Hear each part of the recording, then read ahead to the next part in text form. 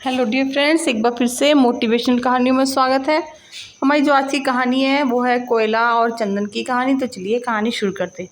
हकीम लुकमान का नाम इतिहास के पन्नों में एक महान दार्शनिक, वैद्य और शिक्षक के रूप में अंकित है। उनका पूरा जीवन मानवता की सेवा और ज्ञान के प्रसार के लिए समर्पित था। उनकी बुद्धिमत्ता और करुणा की कहानियाँ पीढ़ियों तक सुनाई जाती रही हैं। लुकमान न केवल बीमारियों का इलाज करते थे, वरन वे जीवन के गूढ़ रहस्यों को भी सरल शब्दों में समझाने में माहिर थे। उनकी शिक्षाएं ऐसी थीं जो सुनने वाले के मन में गहरे तक उतर जाती थीं और जीवन को एक नई दिशा देती थीं। हकीम लुकमान अब वृद्ध हो चुके थे। उनके बाल सफ़ेद हो गए थे। उनकी आंखों में अनुभव की गहराई झलकती थी। वे अपने छोटे से गांव में एक साधारण मिट्टी के घर में रहते थे, जहां दूर दूर से लोग उनकी सलाह लेने आते थे। उनका जीवन सादगी और सत्य का प्रतीक था। लेकिन अब समय आ गया था जब उन्हें लगने लगा था कि उनका अंत निकट है। इस विचार ने उनके मन में एक चिंता पैदा कर दी। वे चाहते थे कि उनकी सीखें विशेष रूप से उनके इकलौते बेटे यूसुफ तक पहुँचे।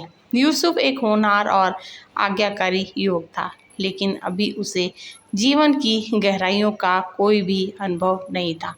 एक शांत साँझ, जब सूरज की किरणें गांव के पेड़ों के पीछे छिप रही थीं, लुकमान ने यूसुफ को अपने पास बुलाया। कमरे में एक तेल का दीपक धीरे धीरे जल रहा था और उसकी मध्यम रोशनी में लुकमान का चेहरा और भी गंभीर लग रहा था। यूसुफ अपने पिता के पास बैठा। उनके चेहरे पर एक गहरी शांति देखकर थोड़ा सा चिंतित हुआ। लुकमान ने धीमी सी लेकिन दृढ़ आवाज में कहा, बेटा, मेरा समय अब समाप्त हो रहा है। मैंने अपना सारा जीवन लोगों को सही मार्ग दिखाने और उनकी मदद करने में बिताया, लेकिन आज मैं तुम्हें एक ऐसी सीख देना चाहता हूँ जो तुम्हारे जीवन को हमेशा दिशा देगी। यूसुफ ने गंभीरता से अपने पिता की ओर देखा। उसने कभी अपने पिता को इतना भावुक नहीं देखा था। लुकमान ने आगे कहा, जाओ, रसोई से कोयले का एक टुकड़ा और चंदन की एक छोटी सी लकड़ी ले आओ। यूसुफ को यह अनुरोध बड़ा ही अटपटा लगा। कोयला और चंदन, ये दोनों चीज़ें इतनी भिन्न थीं कि उनका एक साथ मांगा जाना उसे समझ नहीं आया, लेकिन उसने अपने पिता की आज्ञा का पालन करने का निश्चय किया। वह रसोई की ओर गया, जहां माँ के चूल्हे के पास कोयले का एक टुकड़ा पड़ा था। उसने उसे सावधानी से उठाया, क्योंकि कोयला गंदा था और उसे से हाथ काले हो सकते थे। फिर उसने घर के एक कोने में रखी चंदन की एक छोटी सी लकड़ी देखी, जो माँ पूजा के लिए रखती थी।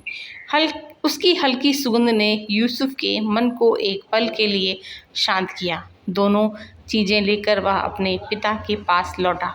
लुकमान ने दोनों चीज़ों को ध्यान से देखा और फिर कहा, अब इन्हें नीचे फेंक दो। यूसुफ को यह और भी अजीब लगा, लेकिन उसने फिर भी उनकी बात मानी। उसने कोयला और चंदन दोनों को फर्श पर फेंक दिया। कोयले से थोड़ी सी कालिक फर्श पर बिखर गई, जबकि चंदन की लकड़ी चुपचाप एक ओर पड़ी रही। यूसुफ हाथ धोने के लिए उठा ही था कि लुकमान ने उसे रोका। ठहरो बेटा, ज़रा अपने हाथ तो दिखाओ। यूसुफ ने अपने हाथ पिता की ओर बढ़ाए। लुकमान ने उसका दायां हाथ पकड़ा, जिसमें से कोयले की कालिक लगी थी। उन्होंने गहरी सांस ली और कहा, देखा बेटा, कोयला जैसे ही तुमने पकड़ा, इसने तुम्हारे हाथ काले कर दिए, और अब जब तुमने इसे फेंक भी दिया, तब भी इसकी कालिक तुम्हारे हाथों पर रह गई। यही गलत संगति का प्रभाव है। बुरे लोगों का साथ तुम्हें क्षण भर में दागदार बना देता है। उनके साथ रहने से तुम्हें दुख और अपमान मिलता है, और जब वे तुम्हारा साथ छोड़ भी देते हैं तब भी उनकी बुरी छाप तुम्हारे जीवन पर बनी रहती है। यह कालिख जैसी है, धोने पर भी आसानी से नहीं छूटती। फिर लुकमान ने यूसुफ का दूसरा हाथ पकड़ा जिसने चंदन की लकड़ी को छुआ था। उसमें से हल्की सी सुगंध आ रही थी। लुकमान मुस्कुराए और बोले, अब इसे देखो। चंदन ने न केवल तुम्हारे हाथ को सुगंधित किया वरन उसकी महक तुम्हारे साथ बनी रही, भले ही तुमने उसे फेंक दिया। सज्जनों की संगति ऐसी ही होती है।